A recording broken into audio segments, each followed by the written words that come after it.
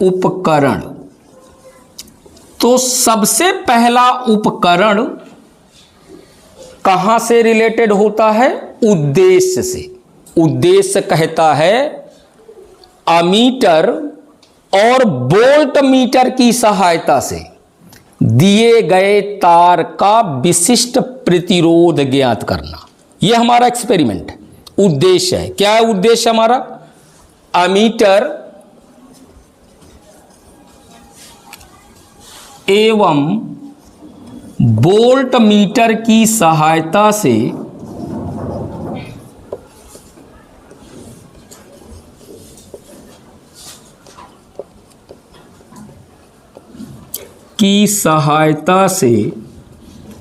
दिए गए तार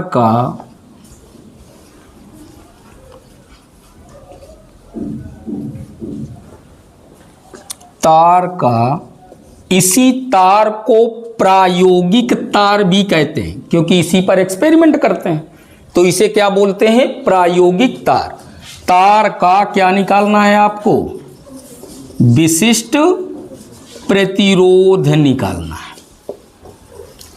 अब इसी से हमें आवश्यक उपकरण निकालेंगे। तो पहला ऑपरेटस हमारा क्या है? अमीटर, है ना। और पता है हमें कि एमीटर का मतलब होता है जिससे किसी परिपथ में धारा का मापन किया जाता। लेकिन मोस्ट इंपॉर्टेंट क्वेश्चन, अमीटर को किसी परिपथ में किस क्रम में लगाते हैं और क्यों लगाते हैं? अब दिमाग में भरते जाइएगा बात को, नहीं दिमाग में भरे तो तुरंत कॉपी में लिख लीजिएगा। तो एमीटर तो जान गए ना। अमीटर की परिभाषा आप क्या बताओगे? एमीटर की परिभाषा बताओगे कि परिपथ में जोड़ा गया वह विद्युत यंत्र जिसकी सहायता से परिपथ में विद्युत धारा का या प्रवाहित धारा का क्या किया जाता है? मापन किया जाता है। उसे हम क्या बोलते हैं? अमीटर बोलते हैं। और अगला प्रश्न मैंने आपसे खड़ा किया कि एमीटर को परिपथ के किस क्रम में लगाना चाहिए और क्यों लगाना चाहिए? तो उत्तर निकलता है कि एमीटर हमेशा परिपथ में श्रेणी क्रम में जोड़ा जाता है। किस क्रम में जोड़ा जाता है? इसके लिए मैं आपको एक उदाहरण बता रहा हूं। जब भी कभी शादी का या कोई फंक्शन का ऑर्गेनाइजेशन होता है तो जो ऑर्गेनाइजर है वो हमेशा आपको गेट में मिलेगा। शादी में देखा होगा, लड़की की शादी में लड़की का पिता गेट पर खड़ा रहता है। क्यों खड़ा रहता है? ताकि उसके द्वारा दिए गए निमंत्रण में कितने लोग आए इस बात का आकलन उसे गेट पर हो जाता है और वो नहीं जान सकता यदि वो खाना खाने वाले क्रम में क्यों लगाया जाता है? क्योंकि जब परिपथ में कोई धारा बहती है तो पूरी की पूरी धारा तार पर चलती है।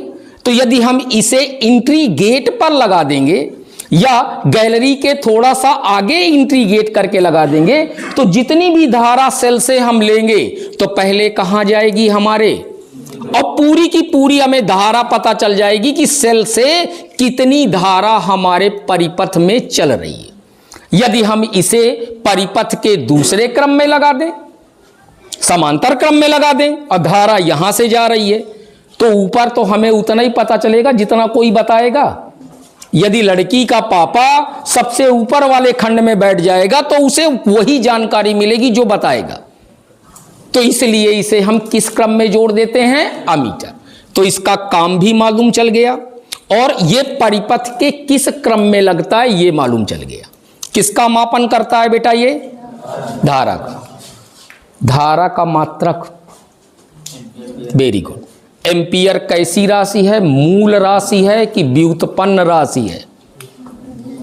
मूल मात्रक के अंतर्गत आती है कि व्युत्पन्न मात्रक के अंतर्गत आती है ना। शुरू में कक्षा 9 में पढ़ाए गए हैं मूल मात्रक कितने होते हैं? 7। कितने हो गया? पहला हो गया मीटर, दूसरा क्या हो गया किलोग्राम, तीसरा क्या हो गया सेकंड, चौथा क्या हो गया विद्युत धारा का मात्रक एम्पियर, कैंडिला, मोल और पदार्थ की ये मात्रा। इसमें से ये राशियां जो हैं ये मूल मात्रक और मूल राशियों के अंतर्गत आती हैं।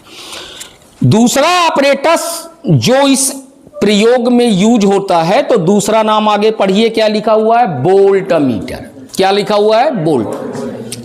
तो वोल्ट मीटर जैसे अमीटर आपका धारा का मापन करता है, तो वोल्ट मीटर जो है वो दो बिंदुओं के बीच विभवांतर का मापन करता है।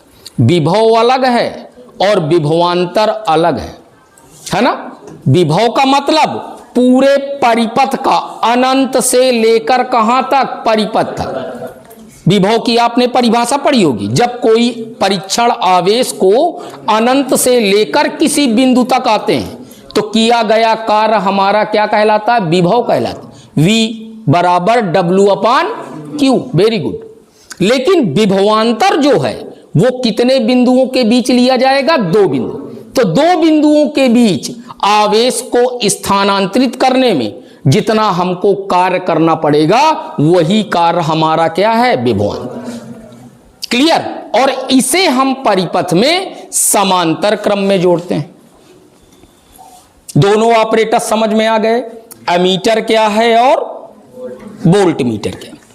तीसरा ऑपरेटस जो इसमें यूज होता है वह है आपका धारा नियंत्रक, रियोस्टेट बोलते हैं अंग्रेजी में। इसको क्या बोलते हैं, रियोस्टेट या धारा। आप इसमें देख रहे हो, इसमें तारों को एक दूसरे के ऊपर लपेट कर, ये देखो कैसे करके लपेट कर, अब ये दोनों परिपथ में अमीटर धारा को इसमें भेज देता है। अभी सारी चीज बताएंगे बेटा, एक एक छूने देंगे, अभी थोड़ा सा सुन लो। अब इसका मेन काम है कि धारा का क्या करना, नियंत्रण करना, क्योंकि इसी के माध्यम से हम परिपथ में बहने वाली धारा को शून्य, कम और क्या कर सकते हैं, ज्यादा कर सकते हैं। यदि हमने इसको 0 पे सेट कर दिया तो धारा इसमें चाहे आपका 10 एम्पियर बताए चाहे 15 एम्पियर बताए, लेकिन आगे परिपथ में धारा प्रवाहित, चूंकि ये परिपथ में धारा का क्या करता है, नियंत्रण करता है, इसीलिए इसको धारा नियंत्रक बोलते हैं। इसका संबंध एक सिरे से कुंजी से किया जाता है और दूसरे सिरे पर इसे वोल्ट मीटर से जोड़ा जाता है। लेकिन इसमें आप किस क्रम पे किसको जोड़ते हो, इससे धारा नियंत्रक पर कोई प्रभाव। अगला ऑपरेटस जो यूज होता है वो है कुंजी, जिसे अंग्रेजी में हम लोग बोर्ड में जैसे स्विच लगाते हैं ना, तो परिपथ में क्या लगाया जाता है, कुंजी लगाई जाती है। बहुत सारे जब आपने ओम के नियम के सवाल लगाए होंगे तो परिपथ में के नाम की एक कुंजी लगाई होगी। उस कुंजी के दो सिरे ऑन और ऑफ, तो इसमें ऑन ऑफ की बटन नहीं होगी। जब आपने कुंजी को इंटर कर दिया तो कुंजी में परिपथ ऑन हो गया, और जब इसको निकाल के बाहर कर दिया तो परिपथ ऑफ हो गया। समझ में आ गया। इस कुंजी का काम ही है धारा को प्रवाहित करना या धारा को क्या कर देना, बंद कर देना। क्लियर। इसके बाद आपके पास ही एक सेल रखा हुआ है, सेल 3 रखे हुए हैं। देखो, एक सेल ये रखा हुआ है, एक सेल ये रखा हुआ है और एक सेल ये रखा हुआ है। आपके सर ने भी आपको 2 प्रकार के सेल बताए, प्राथमिक सेल और द्वितीयक सेल। और प्राथमिक सेल में क्या अंतर होता है, तो एक सामान्य सी परिभाषा जैसा बिटिया ने बताया कि जो चार्ज हो जाएं वो द्वितीयक और जो चार्ज ना हो वो प्राथमिक। ये सेल जो आपके सामने दिया हुआ है ये कौन सा सेल है, प्राथमिक है कि द्वितीयक, प्राथमिक। जैसे रेडियो में जो सेल आते हैं, घड़ी में जो सेल लगते हैं, बैटरी में जो सेल लगते हैं, ये सब आपके प्राथमिक सेल हैं। जैसे एक वर्ड आपने पढ़ा है, यूज एंड थ्रो, उपयोग करो और क्या कर दो, फेंक दो। तो प्राथमिक सेल उसी कंडीशन पर होते हैं। बस इसमें अंतर इतना होता है कि इन सेलों को जितनी हमें जरूरत है उतना तो हम यूज कर सकते हैं, और जिस दिन जरूरत खत्म उस दिन इसका यूज भी क्या हो जाता है, खत्म। हमें टार्च से रोशनी चाहिए, हमने टार्च को ऑन किया, सेल ने धारा दिया, प्रकाश मिलने लगा। हमें रोशनी की जरूरत नहीं है, हमने ऑफ कर दिया, हमारे सेल की बैटरी बच गई। लेकिन यदि यही मैं द्वितीयक सेल इसमें यूज कर देता, आपने मोबाइल चार्ज कर लिया, अब मोबाइल चार्ज कर लोगे तो क्या यदि मोबाइल को कभी ऑन ना किया जाएगा तो क्या मोबाइल की बैटरी जीवन भर चलती रहेगी? नहीं चलती रहेगी ना, चलती रहेगी। क्योंकि जब आपको सर ने आपको डायोड पढ़ाया होगा तब बताया होगा कि परिपथ में एक प्रेरित धारा चलती रहती है, वो करंट नहीं देती लेकिन वो ऑपरेटस को जिंदा रखती है। जब तक कोई इलेक्ट्रॉनिक यंत्र परिपथ में नहीं जोड़ा जाता, तो आपने एक एग्जाम्पल आपको बताता हूं, इस सेल को कंपनी ने 2025 जुलाई में बनाया और कंपनी ने इसकी वारंटी 5 साल की दी और बेचने वाले ने इसको 2030 में बेचा। 5 साल हो गए, लेकिन जो बेचने वाला होगा वो आपको गारंटी 5 साल की देगा। तो क्या इस पर गारंटी 10 साल की थी? क्या गारंटी तो 5 साल की थी। कंपनी ने 2025 में बना के कितने साल की गारंटी दी? 2030 में कंप्लीट हो गया ना, ऑपरेटस खराब हो जाना चाहिए ना। 2030 में दुकानदार ने इसे बेचा और उसने आपको गारंटी कार्ड दे दिया कि 5 साल तक इसकी गारंटी है। तो अब ये गारंटी कब खत्म होगी इसकी? 2035 में।